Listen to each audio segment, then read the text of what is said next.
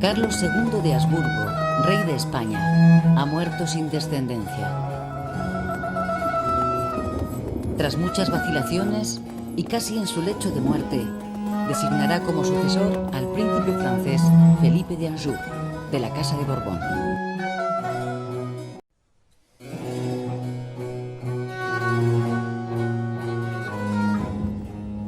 Otro pariente de Carlos II, el archiduque Carlos de Austria, también aspira al trono de España al reivindicar más derechos que Felipe.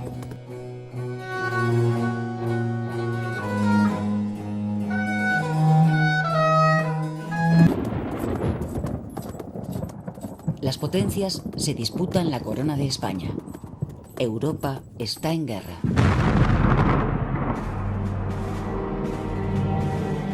Del lado de Felipe V está la Francia de su abuelo Luis XIV.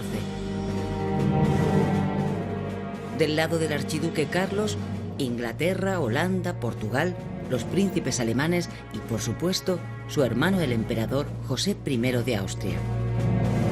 Pero la guerra de sucesión no es solo europea, sino también civil. Los reinos de la antigua corona de Aragón, es decir, Aragón, Cataluña, Valencia y Mallorca, se han declarado partidarios del archiduque, que ha prometido respetar sus antiguos fueros y privilegios. El resto de España se manifiesta a favor de la nueva dinastía borbónica.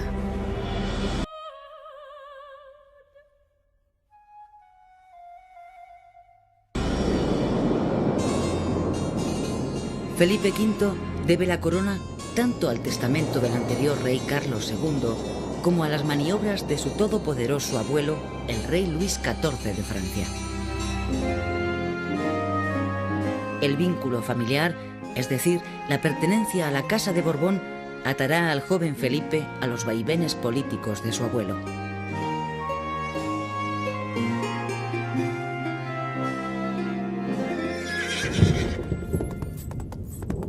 Es el año 1707 y reina en España Felipe V de Borbón.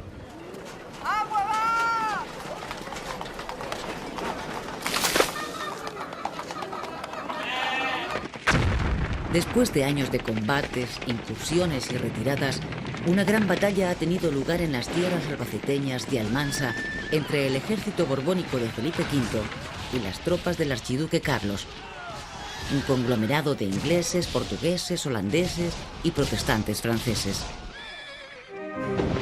¡Paso al correo real!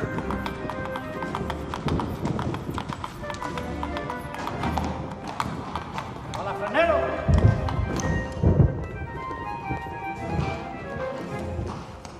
¡Paso al correo real!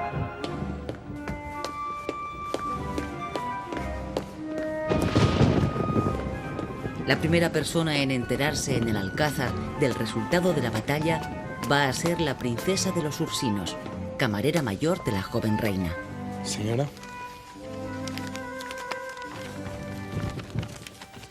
La Ursinos, de origen francés, viuda de un príncipe italiano de la estirpe de los Orsini, ha sido colocada junto a la reina por orden de Luis XIV, que así recibirá puntualmente las confidencias de la princesa.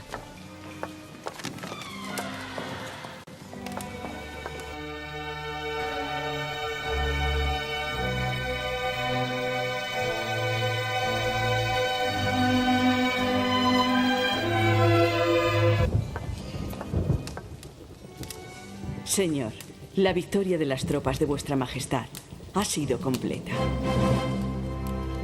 Efectivamente, el botín de los vencedores es inmenso. Los prisioneros son más de 10.000. La victoria en la decisiva batalla de Almansa abre a las tropas borbónicas el camino de Valencia y Aragón. Los reinos derrotados pierden sus fueros y privilegios, que son sustituidos por las vigentes leyes de Castilla. Felipe V, que en los difíciles inicios de su reinado recibió el título de El Animoso por su determinación, puede sentirse satisfecho. Lleva 7 años en España, en la que entró como rey, siendo casi un niño con solo 17 años de edad. Nacido en Francia, sin hablar el idioma castellano, con gustos muy diferentes, fue sin embargo bien recibido en la corte. Tras un Carlos II decrépito, la juventud y buena presencia del nuevo rey parecía presagiar una renovación muy necesaria. Es un joven culto, amante de la lectura y las bellas artes. Aunque atacado periódicamente de melancolía, quiere seguir los pasos de su abuelo Luis XIV y cambiar la monarquía descentralizada de los Austrias por un estado uniformista donde él, como rey, controle todos y cada uno de los resortes del poder. Ha estado varias veces a punto de perder el trono. Tuvo que abandonar Madrid en 2 ocasiones ante la presencia de tropas del archiduque y ha sufrido la humillación de que la isla de Menorca y el peñón de Gibraltar hayan pasado a manos inglesas.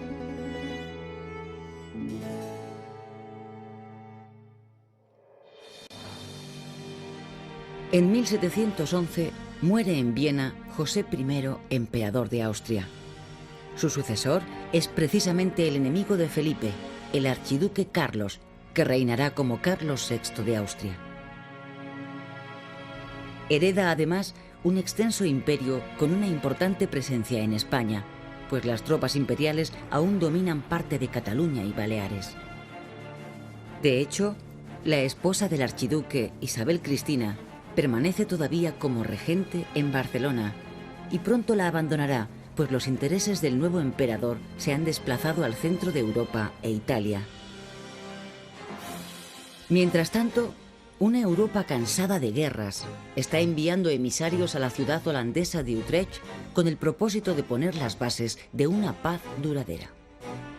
En los tratados de Utrecht de 1713 se constata el inicio de la preponderancia de Inglaterra y el ocaso de Francia. Una muestra.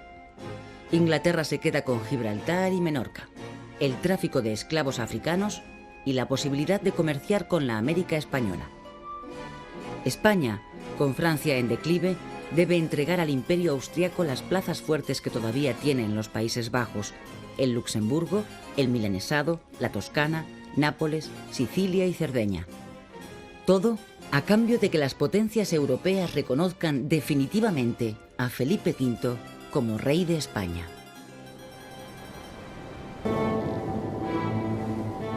Como apoyo a esa paz, Felipe V renuncia a sus derechos sobre el trono de Francia, posibilidad que siempre había alarmado a las otras potencias, y además promulga por consejo de su abuelo la llamada Ley Sálica, que aparta a las hembras de la línea sucesoria.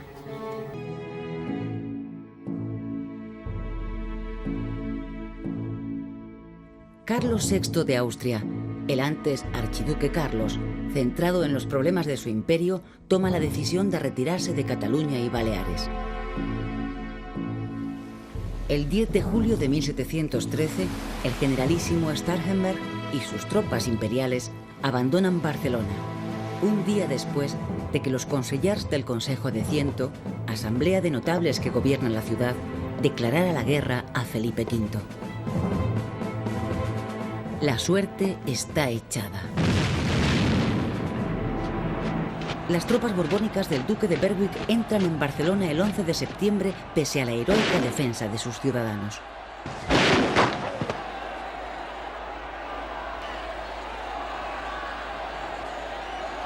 Un tercio de la ciudad queda destruida.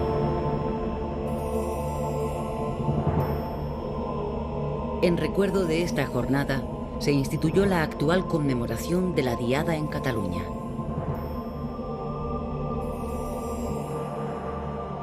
El funcionario Patiño presidirá la nueva Junta de Gobierno, la que pondrá en marcha el decreto de nueva planta, es decir, la muerte de los antiguos fueros. Mallorca e Ibiza son las últimas tierras en acatar a Felipe V, y para ello hubo necesidad de contar con la flota francesa. También en las islas, tras la conquista, se imponen las nuevas leyes.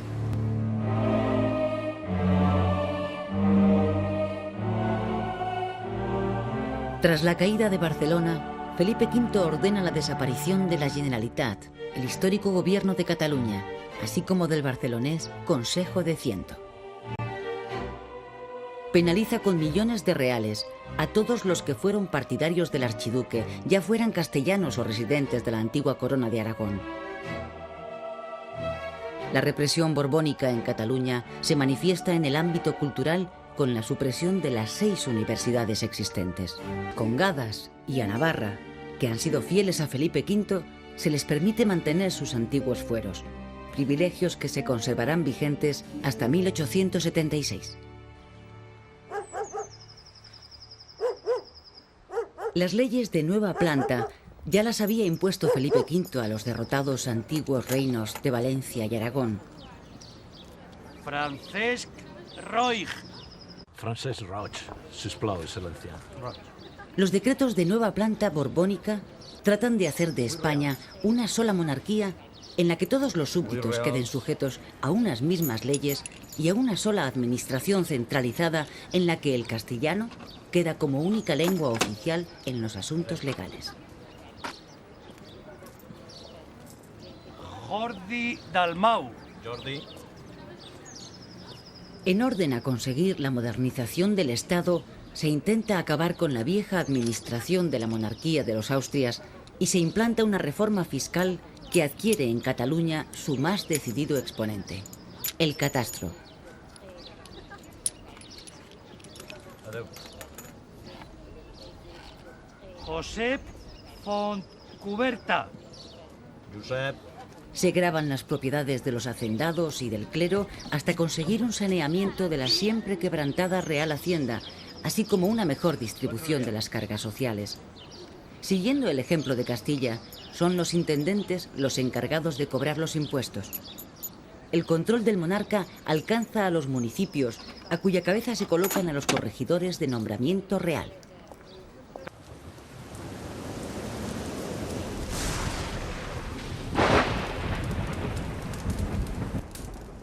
La joven María Luisa Gabriela muere ante la desesperación de su marido y rey. El dolor de la corte y del pueblo es en esta ocasión sentido y sincero.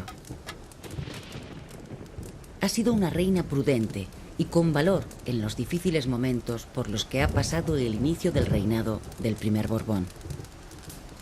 Deja 2 hijos para la continuidad de la corona, Luis y Fernando, pues otros 2 murieron prematuramente. El rey sufre una de sus crisis depresivas y es la princesa de los Ursinos, la dama de confianza de la reina, la que hace y deshace en el Alcázar.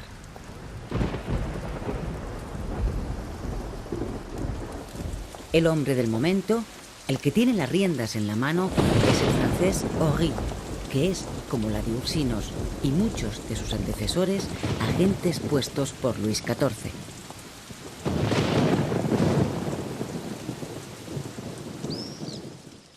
De acuerdo con la de Ursinos, Henri acelera el proceso de centralización y racionalización de la administración que habían comenzado sus predecesores y crea la figura del Intendente General de Finanzas y 4 secretarías, antecedentes claros de los actuales ministerios, lo que supone una positiva novedad respecto a la manera de gobernar de los anteriores monarcas. Los grandes títulos y la alta nobleza comienzan a desaparecer de los puestos administrativos de poder y una generación de tecnócratas procedentes de la magistratura y la universidad toman el relevo. En esa línea surgirán personajes de la talla de los hermanos Patiño, Ensenada, el economista Ustariz, Melchor de Macanaz y otros, dispuestos a configurar el nuevo Estado que nace con la llegada del primer Borbón. Otro de los fines de la política absolutista que impone Felipe V a la manera de su abuelo Luis XIV es la voluntad de disminuir el poder de la Iglesia Católica. Se pretende que la Inquisición pierda prerrogativas y se someta al poder de la jurisdicción ordinaria. Macanaz, como fiscal del Consejo de Castilla, será el ariete que use Felipe V para intentar que el Santo Oficio se avenga a la autoridad real. El pulso le cuesta a Macanaz el exilio, pero su obra será el primer paso para poner en práctica la política regalista de los reyes de la Casa de Borbón, es decir, el intento de sujetar la autoridad de la Iglesia al poder del Estado, y así mantener los privilegios que la corona ha conseguido de los papas en el transcurso de los años. la elegida Isabel de Farnesio se casa por poderes en su Parma natal y en el mes de diciembre de 1715 entra en España por Bayona, donde la recibe Alberoni.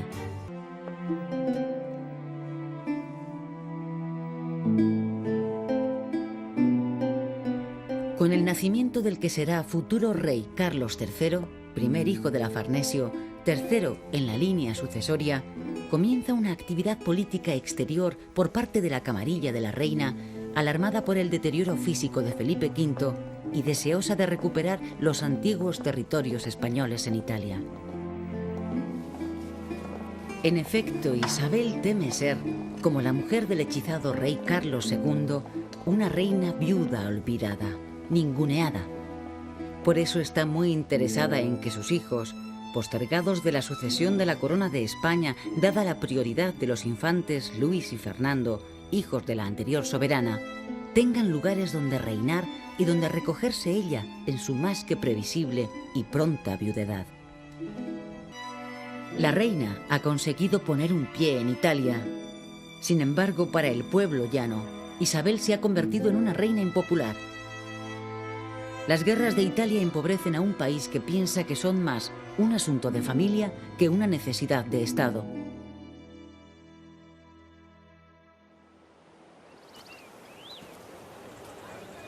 Felipe V ha cumplido 40 años, pero parece un viejo achacoso. Apenas puede articular palabra. Sus habituales periodos depresivos han llegado a un nivel alarmante. Nunca le ha gustado el Escorial y por eso ha mandado construir cerca de Segovia, en la granja de San Ildefonso, un palacio y unos jardines al gusto francés, a la manera de un pequeño Versalles.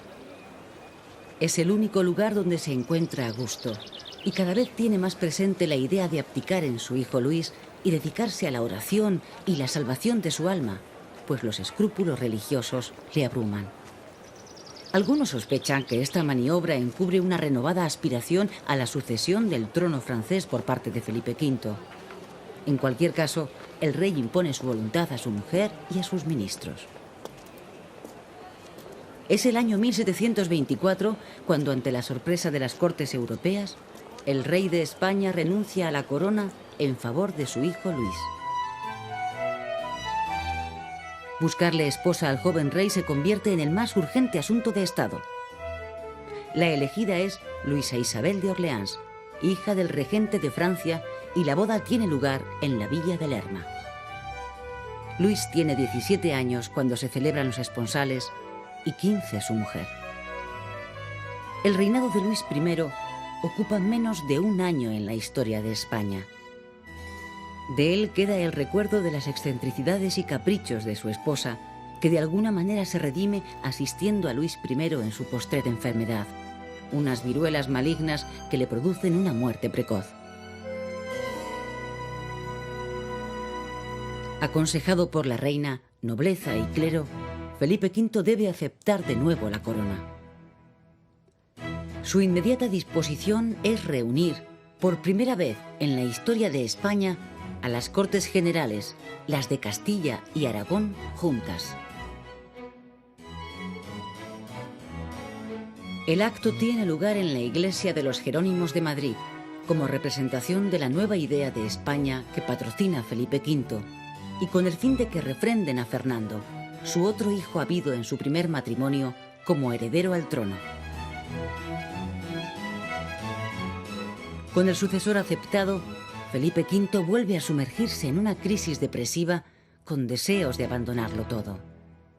Piensa de nuevo en abdicar, pero otra vez hay que resolver la cuestión de la boda del recién proclamado príncipe de Asturias.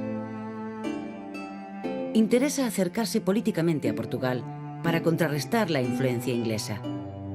La elegida es Bárbara de Braganza, con tal fama de poco agraciada que Fernando pide antes de decidirse que le traigan un retrato. Pero el deseo de Felipe V por asegurar la sucesión es tal que no admite excusas. El arreglo entre las casas reinantes de España y Portugal va a ser doble. Mientras Fernando desposa a Bárbara de Braganza, el heredero de Portugal lo hará con su hermanastra, la infanta María Ana Victoria. la madre de la infanta, la reina Isabel de Farnesio, puede sentirse satisfecha. Por lo menos una de sus hijas será tan reina como ella.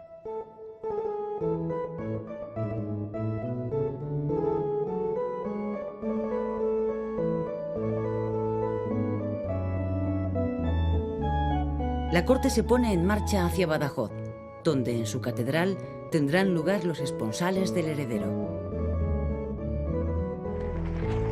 Una vez finalizada la boda de su hijo Fernando, la corte no vuelve a Madrid, sino que se encamina a Sevilla. José Patiño y Rosales, que es entonces primer ministro, no quiere al achacoso Felipe V en Madrid, donde paraliza el ritmo de los asuntos de gobierno. De acuerdo con la reina, le mantendrá durante 5 años recorriendo Andalucía de un extremo a otro.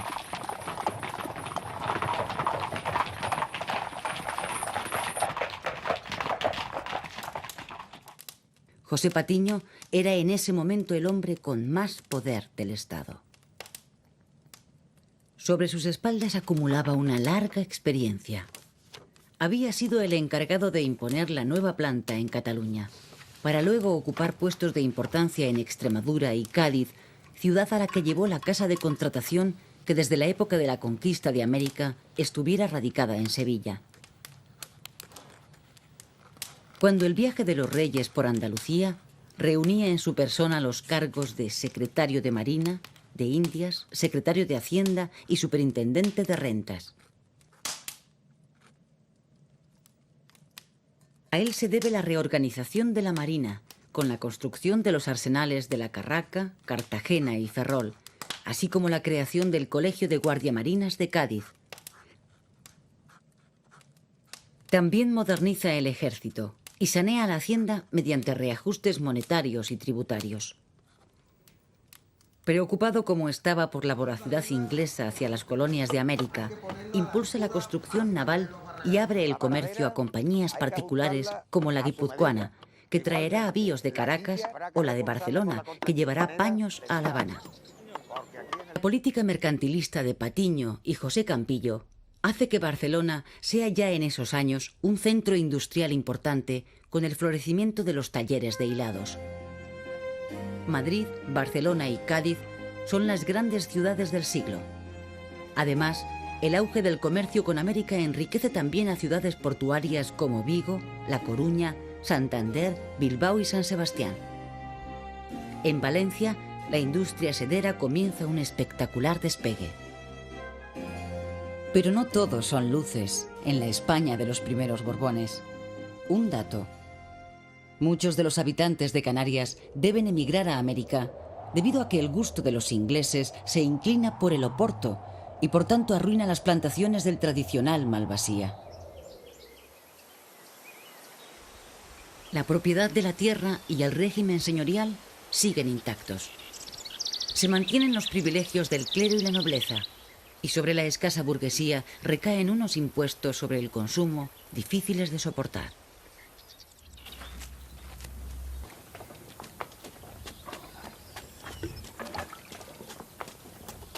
Esta situación se vio agravada por las terribles hambrunas de principios del siglo XVIII.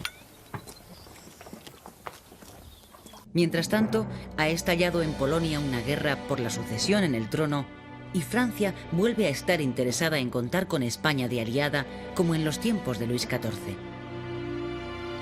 Así se llega al llamado Pacto de Familia entre los dos Borbones, Felipe V de España y Luis XV de Francia.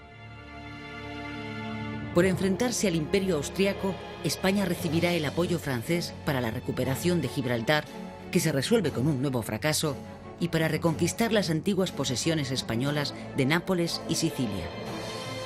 El infante Carlos, ya duque de Parma y Toscana, el que llegará a ser Carlos III de España, es el héroe de la contienda. Es el año 1735. Y Carlos de Borbón y Farnesio es coronado rey de Nápoles y Sicilia.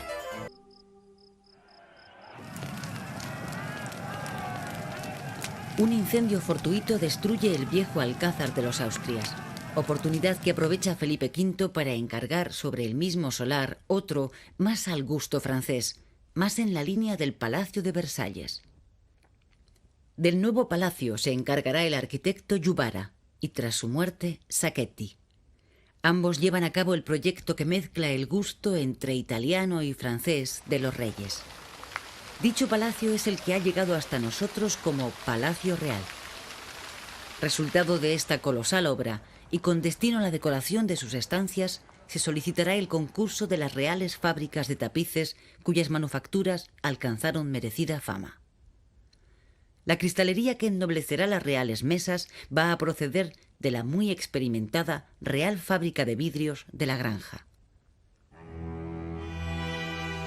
Lo cierto es que el apoyo de Felipe e Isabel a las bellas artes es innegable y se plasma en la fundación de una academia que velará por sus diferentes disciplinas en el año 1744.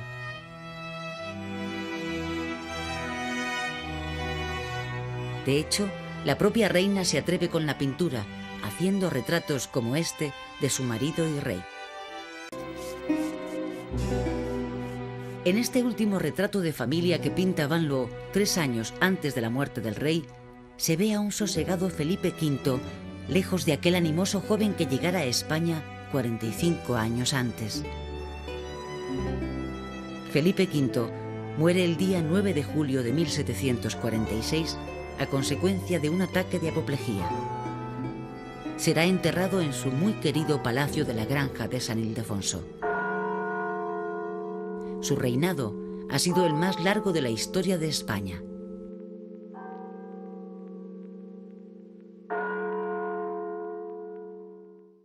A Felipe V le sucede su hijo Fernando, habido con su primera mujer, Luisa Gabriela de Saboya.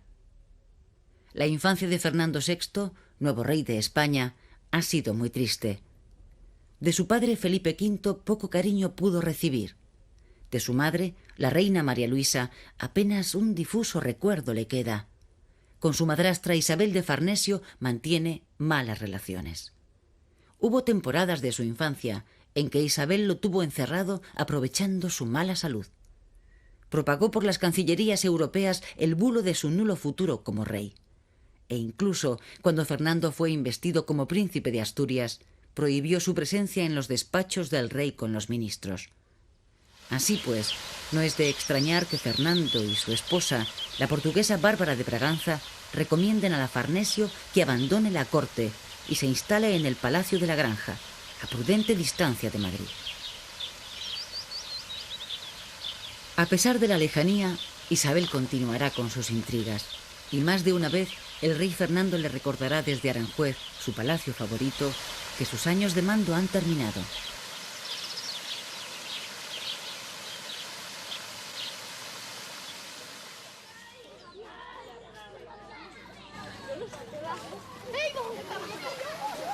Con Fernando VI se inicia un periodo de paz hasta entonces desconocido en el siglo. Su lema va a ser paz con todos, guerra con nadie, y bien que se ocupará de que sus ministros cumplan sus órdenes. En busca de una neutralidad que le equidiste de las rencillas entre Francia e Inglaterra, se adhiere al Tratado de Paz de Aquisgrán, que respeta el pacto de familia con Francia, pero que encuentra en Inglaterra un no rotundo a la devolución de Gibraltar y Menorca.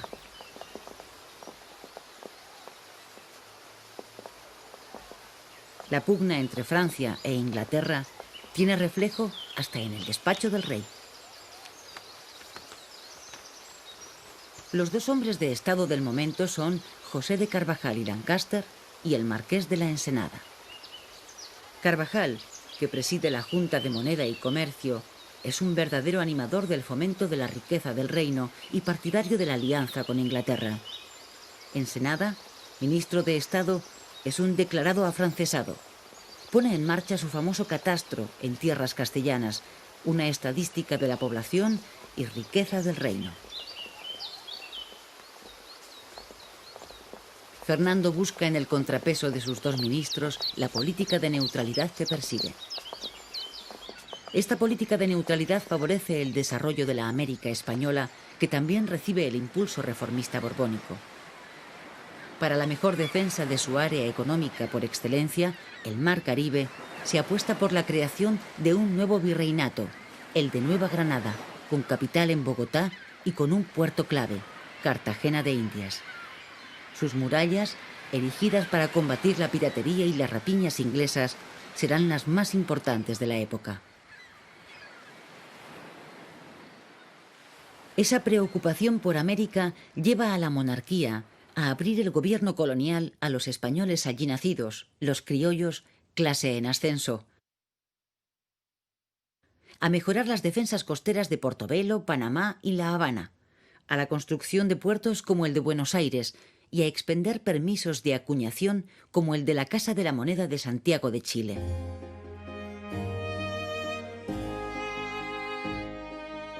En el aspecto negativo, la agobiante presión impositiva y el apartamento social de mestizos e indios dan como resultado revueltas que empiezan a tener un tinte antiespañol, azuzadas por Inglaterra, país deseoso de monopolizar el comercio con América.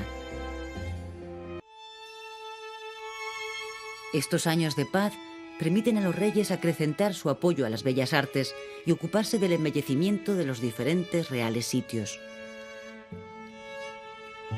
El interés de sus majestades se decanta por el Real Sitio de Aranjuez, que durante largas temporadas es el auténtico corazón de la corte. Figura principal de la vida cortesana es el famoso Farinelli, quien se convierte en el maestro de ceremonias de las fiestas de palacio. Y es que el nivel musical de la corte española es de los más elevados de Europa. No hay que olvidar que Domenico Scarlatti entra en la corte con el séquito de Bárbara de Braganza, su alumna más aplicada. Gran aficionada a tocar el clave, llegará con el tiempo a la composición musical.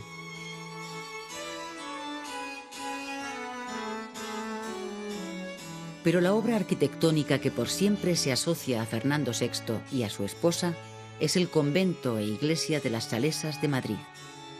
La idea de su construcción nace en el ánimo asustado de Bárbara de Braganza al contemplar las crisis hipocondríacas de su marido. Bárbara, ante el miedo a una posible viudedad controlada por la Farnesio, responde con una acumulación de joyas, dinero y títulos que causa asombro cuando se airea tras su defunción. Y como posible morada para esos malos tiempos, manda construir el monasterio de las Salesas Reales, actual sede del Tribunal Supremo. En la basílica, al gusto del barroco portugués, se cuida de preparar la tumba para los restos de la real pareja, ya que al no ser madre de rey, no tenía derecho a ser enterrada en la cripta de El Escorial.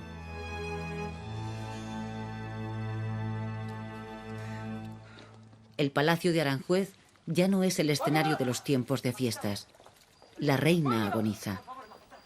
El rey anda sin rumbo por los patios y jardines y pregunta sobre el estado de su esposa hasta a los soldados de guardia. Majestad, señor. ¿Cómo está la reina? El tiempo y la convivencia hicieron que brotara en el rey un sincero amor y admiración por aquella fea princesa que vino de Portugal. Fea, pero sumamente inteligente e instruida.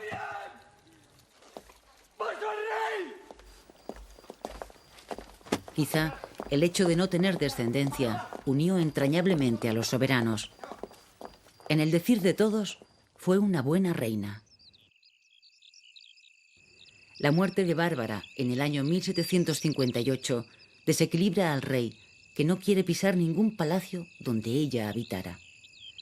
Se recluye en el castillo de Villaviciosa de Odón, próximo a Madrid, donde paulatinamente entra en una situación de demencia.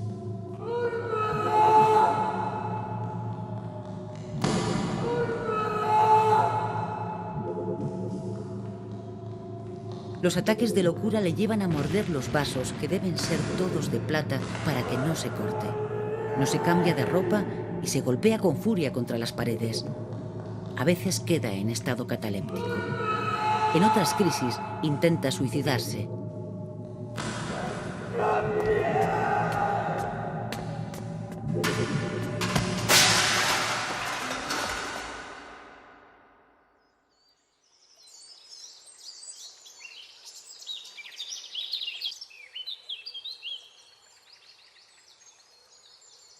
Puntual y personalmente, Isabel mantiene informado a su hijo Carlos, rey de Nápoles, del trágico estado del rey que no tarda en fallecer. Es el 10 de agosto de 1759. En un momento de lucidez, Fernando VI hizo testamento, nombrando heredero universal a su hermanastro Carlos, rey de Nápoles. Mientras este no llegue, la gobernación del país deberá recaer en las manos de la reina madre, Isabel de Farnesio. La nueva reina gobernadora Isabel de Farnesio, a sus 66 años, ha cumplido con creces sus más anhelados sueños. Su hijo Carlos ya es oficialmente rey de España y por lo tanto la corona de Nápoles pasará a su nieto mayor. Su hijo segundo, el infante don Felipe, es rey de Parma. Su hija mayor, Mariana Victoria, reina en Lisboa, y la menor, María Antonia, en Turín, como reina de Cerdeña que es. Y si su hija María Teresa viviera, sería por entonces reina de Francia. Un balance que sitúa a la Farnesio como nexo de unión de todos los reinos católicos del sur de Europa.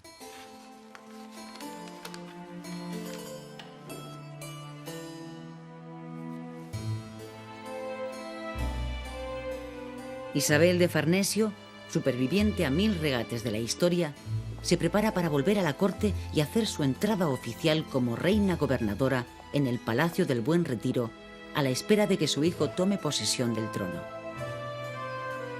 Un mes después, su hijo Carlos abandona, en medio del pesar de sus súbditos, el puerto de Nápoles rumbo a Barcelona, donde desembarcaría a los pocos días ya como Carlos III de Borbón, rey de España y de las Indias.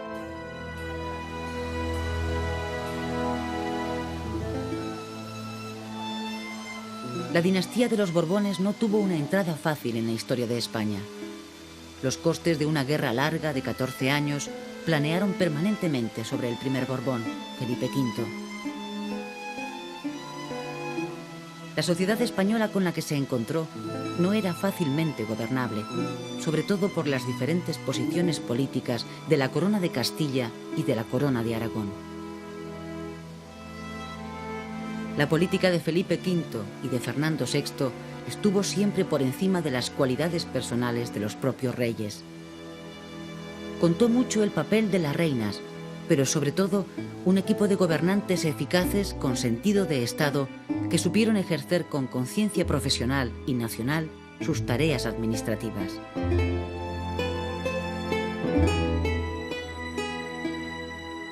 Los juicios más pesimistas sobre el reformismo de los reinados de Felipe V y Fernando VI lo despachan con la sentencia de que algo tenía que cambiar para que todo siguiera igual. La conclusión es posiblemente injusta. Quizás sería más cierto decir que la sociedad española se manifestó muy dividida a la hora de compartir los proyectos reformistas de los primeros Borbones. Después de 25 años de reinado napolitano, los caprichosos vientos de la historia van a cambiar el rumbo de la nave de Carlos VII de Nápoles y convertirle en Carlos III de España tras la muerte sin descendencia de su hermanastro Fernando VI.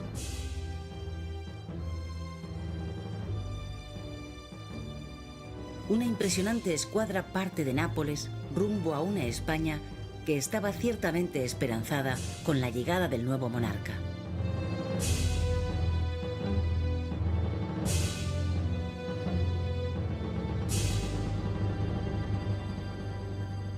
De esta manera, Carlos III pone proa a la tierra que le vio nacer para asumir la responsabilidad de la monarquía europea con mayor peso colonial.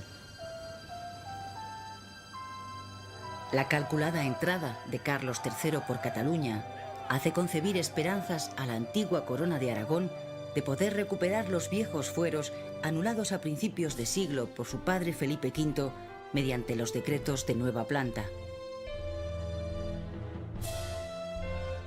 Sin embargo, el nuevo rey que desembarca en el puerto de Barcelona el 15 de octubre de 1759 hereda una corona cuyas líneas maestras estaban ya trazadas. Carlos mantendrá la política centralista y uniformadora de su padre.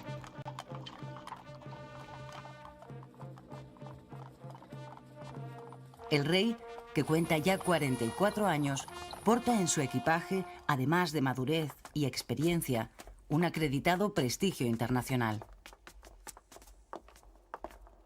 Pero sobre todo, trae un ambicioso programa de reformas con el que intentará que España supere el atraso que arrastra respecto a Europa. Es Domingo de Ramos y en Madrid estalla la primera revuelta en la que miles de personas se dirigen a pedradas a la mansión del ministro de Hacienda, el marqués de Esquilache, para continuar después hacia el Palacio Real.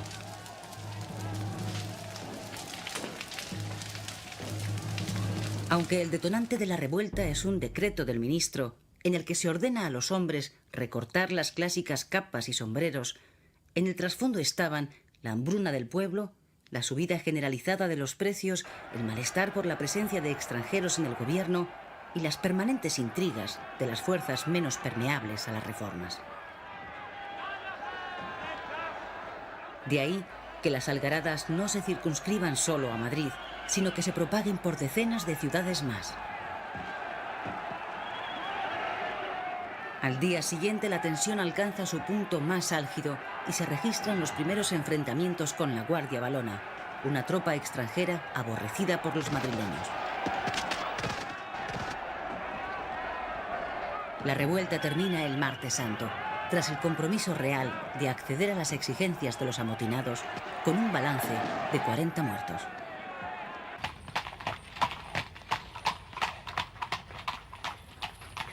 El rey, humillado y ofendido, se refugia en Aranjuez y allí permanecerá durante 8 largos meses, hasta que el Ayuntamiento de Madrid, los grandes nobles y los gremios le pidan formalmente que vuelva. Sin embargo, tal afrenta no va a quedar impune. El rey ordena un proceso de investigación que esclarezca al máximo quiénes han estado detrás de la revuelta. Esta responsabilidad recae en Campomanes, una de las más relevantes figuras del gobierno de Carlos III. Las pesquisas apuntan directamente a los jesuitas como incitadores del motín. Un año después, el rey decreta la expulsión, tanto de España como de las colonias, de todos los miembros de la compañía de Ignacio de Loyola, hecho que también se había producido unos años antes en Francia y Portugal. Más de 5.000 jesuitas tienen que abandonar España y las colonias americanas con destino a Roma. Como rey absoluto, Carlos toma las decisiones para bien de sus súbditos, pero sin contar con ellos. El soberano, desde la cúspide, ejerce como todopoderoso e incontestable. Él es el nervio de las reformas, aunque necesita técnicos dispuestos a llevarlas a cabo. Muy a mi pesar, he de hacer cambios. Y ya que así ha de ser, elegiré entre los mejores del reino a los más capaces y más dignos de confianza para llevar a cabo las reformas que contribuyan a la pública felicidad. A lo largo del reinado, Carlos III se apoyará en 3 pilares básicos, 3 hombres que encarnan el proyecto reformista: Aranda, Campomanes y Floridablanca. Pedro Pablo Abarca de Bolea, 10º conde de Aranda, empleará todas sus energías en la defensa de los viejos valores del linaje nobiliario al frente del Consejo de Castilla. Con esta designación, el rey trataba de blindarse ante las resistencias de los nobles. Pero van a ser los representantes de la baja nobleza quienes tendrán mayor presencia en los puestos decisivos de la administración, hasta el punto que uno de ellos, Pedro Rodríguez de Campomanes, será el ideólogo de las reformas de Carlos III. El otro gran pilar reformista en el que se apoya el rey es José Moñino, conde de Floridablanca. Un verdadero tecnócrata y sin duda el hombre más poderoso de España en los últimos 11 años del reinado. Estos hombres, aunque corrigen abusos e introducen innovaciones en la mayor parte de las instituciones, no llevan nunca sus reformas hasta el final. Pese a su incuestionable voluntad renovadora, no fueron suficientemente audaces para hacer de los innumerables proyectos algo más que papel mojado. Política interior y exterior conforman las dos caras de la moneda de las reformas que el rey Carlos quiere poner en marcha, con una monarquía fuerte y una economía saneada. Y si alguna medida es perentoria para este monarca, esa es la de dotar de buenos recursos materiales al país y acabar con los números rojos del erario público.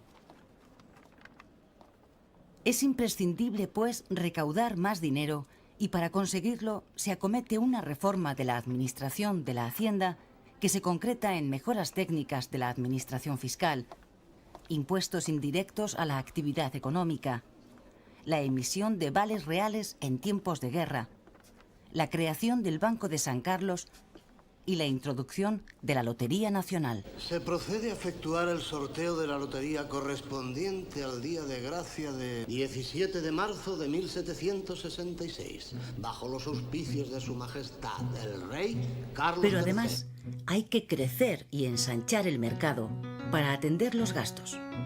Producir y vender cuanto más mejor. Ese es el objetivo. Y cuando de crecer se trata, hay que crecer, en primer lugar, demográficamente. A lo largo de la segunda mitad del siglo XVIII, la población española pasa de 9,5 millones a 10,5 millones de habitantes. Este crecimiento fue posible gracias a la mejora de la atención sanitaria y la higiene pública, además de la aplicación de políticas de promoción de la natalidad, inmigración y repoblación, como las dirigidas por Pablo de Olavide en Sierra Morena. Asimismo, es fundamental la producción de alimentos, y para ello, los sectores de actuación preferente van a ser la agricultura, la ganadería y la pesca. Los planes en agricultura se concretan en la mejora de los riegos, las comunicaciones fluviales y la construcción de nuevos pantanos. Además, se liberaliza el comercio y el precio del grano, se reparten tierras municipales, se intenta despojar a la Mesta de sus privilegios y se fomenta la pesca de altura. Pero sobre todo, el crecimiento se deja sentir en el ámbito de la manufactura y el comercio. Se incentiva el desarrollo de las fábricas, se promociona una mayor flexibilidad laboral y se anima a la industria rural, militar y textil. La necesidad de conseguir una balanza comercial favorable marca las directrices de la política mercantilista. Con este objetivo se promulga un reglamento que va a permitir que 13 puertos peninsulares puedan comerciar libremente con América. De esta manera se elimina definitivamente el monopolio andaluz en el comercio americano y la pujante periferia comienza a beneficiarse del nuevo marco colonial. Además, el comercio interior se vigoriza con la mejora y ampliación de la red viaria de carácter radial que comunica Madrid con las principales ciudades españolas. Con todo, la política económica reformista no supera las contradicciones de partida al no alterar las bases económicas de las clases privilegiadas. Ellas continuarán siendo la élite de la nación y el objetivo es prepararlas para que sean una buena clase dirigente. En cuanto a la política social, el gobierno de Carlos III pretende fundamentalmente crear una clase intermedia capaz de situarse a la cabeza de la generación de riqueza.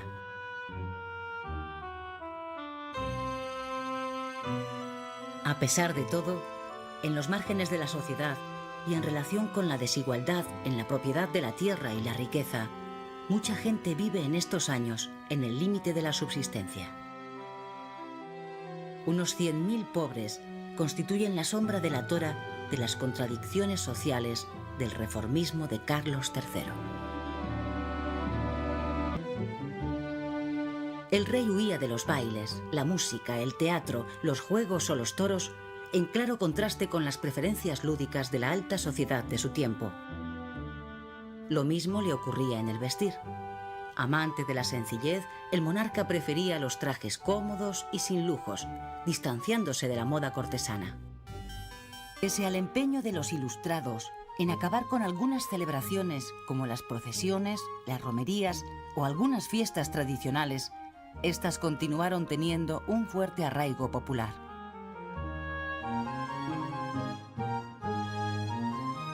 En este tira y afloja entre tradición y renovación, algunos cambios empiezan a filtrarse en el corazón de la familia, que aunque mantiene fuertes sesgos jerarquizados y patriarcalistas, comienza a ser permeable y dejar paso a los sentimientos, con una mayor consideración hacia las esposas, además de aceptar las manifestaciones de afecto hacia los hijos como un valor social.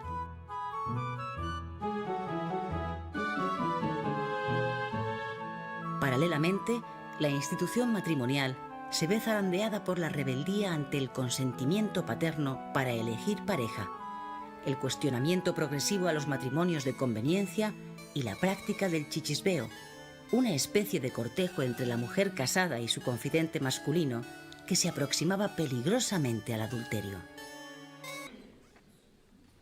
Por otra parte, los mejores logros de los ilustrados tienen su punta de lanza en las sociedades económicas de amigos del país y en el mundo periodístico, auténtico aliado de las nuevas ideas ilustradas, que a pesar de los escasos lectores y la fuerte competencia del púlpito, vive una etapa dorada. En el seno de las sociedades económicas tuvieron un lugar de privilegio autores de tanta trascendencia para las luces de este siglo como Gaspar Melchor de Jovellanos, cuyas obras están llenas de propuestas prácticas para la sociedad de su tiempo. Estas sociedades genuinamente españolas y carloterceristas, pese a todas sus limitaciones, estimulan una revisión crítica de la realidad nacional y son la foto fija del voluntarismo reformista. Como ya hiciera en Italia, la conocida fiebre constructora del monarca reaparece en España. Donde el rey pone el acento es en la capital. La ciudad que le deja horrorizado cuando llega de Nápoles, por sucia, fea e insalubre, va a quedar irreconocible, a pesar de la resistencia de los madrileños. En las fétidas calles de Madrid no volverá a escucharse «agua va». La tarea recae en el arquitecto italiano Francesco Sabatini. Conducciones de agua, alumbrado público, empedrado de calles, recogida de basuras o el traslado de los cementerios fuera de las iglesias, sanearon una capital que tenía mucho de cloaca y sobre la que el rey puso todo su empeño para equipararla a las demás ciudades europeas.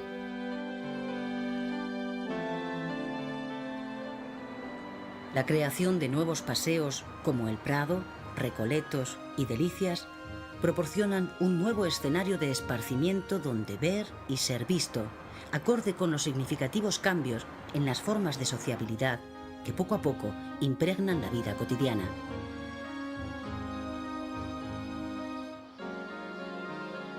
Además, numerosos monumentos y fuentes acompañan a un imponente programa decorativo que le valió al rey ser reconocido como el mejor alcalde de Madrid.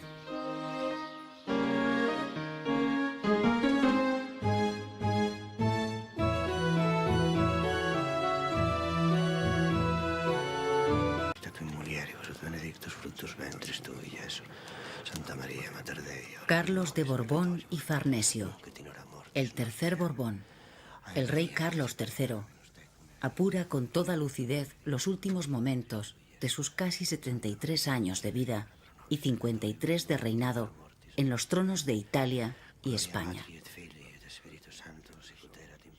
¿Qué dejo yo para que sienta morir? Sino cuidados, penas y miseria. He hecho el papel de rey y se acabó para mí esta comedia.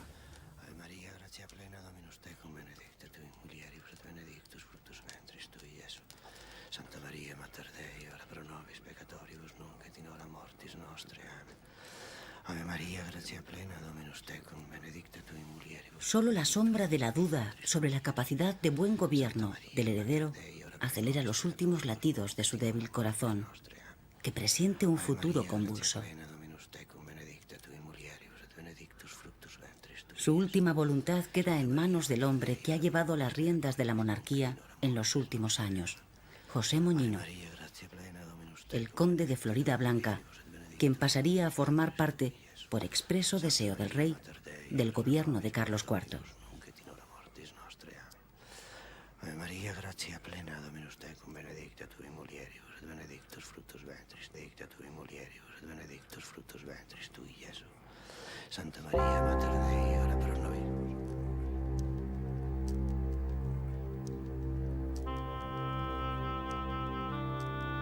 Ave María, gracia En su haber, y para la historia, quedan la grandeza y las limitaciones de su propio reformismo moderado, que le obligó a constantes y difíciles ejercicios para mantener el equilibrio entre lo nuevo y lo viejo, entre la innovación y la pesada losa de la tradición. Santa María, Mater Dei, ora pro nobis peccatoribus nunc, et in hora mortis nostre. Amen. Ave María, gratia plena, Dominus tecum, benedicta tu in mulieribus, et benedictus fructus ventris tui, Iesu. Santa María, Mater Dei, ora pro nobis peccatoribus nunc, et in hora mortis nostre. Amen. Ave María, gratia plena, Dominus tecum, benedicta tu in mulieribus, et benedictus fructus ventris tui, Iesu. Santa María, Mater Dei, ora pro nobis peccatoribus nunc, et in hora mortis nostre. ¡Viva el rey! ¡Noble guardia a los príncipes! ¡Nuestros nuevos soberanos! El rey ha muerto, y con él las ambiciones de un siglo.